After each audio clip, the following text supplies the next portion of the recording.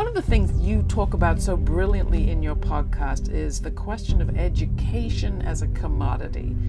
Just quickly, can you talk about how that commodity, that value, is spread about or not?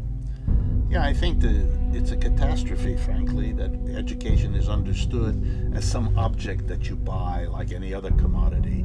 So you decide whether it's worth it or not, and you think about it as an individual. Should I spend the money? Will it pay off?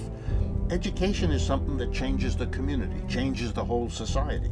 We want to live in a society where people are educated, where people can enjoy a vast array of things of life and bring their own creativity out for themselves and for everybody else. It's the quintessential social arrangement, the way we relate to one another. If we want to live in a good society, a commitment to first-class education is the first thing we would do if we understood the importance to all of our lives, and not just for the narrow question of making a living or making a profit. That's the tragedy. That's why in our times now, when we're having economic difficulty, we as a nation are cutting education, when anyone with half a brain would know that the future of the United States in a world economy depends more on the quality and quantity of educated people we produce than on anything else. We are shooting ourselves in the foot because we're so focused on the profit-loss statement, we don't understand the broader meaning and significance and benefit to all of us of a good education system for everyone. That's a classic example of we versus me thinking. Through education, you can also better yourselves in other ways. You learn how to learn, how to think critically and find solutions to unexpected challenges. I remember we used to ask our teachers, why am I going to need algebra?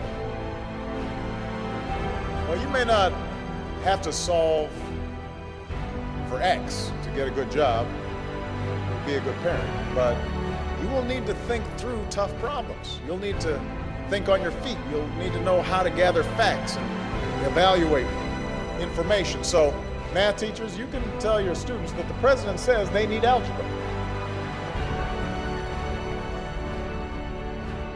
Education also teaches you the value of discipline. But the greatest rewards come not from instant gratification, but from sustained effort, from hard work. There's a lesson that's especially true today.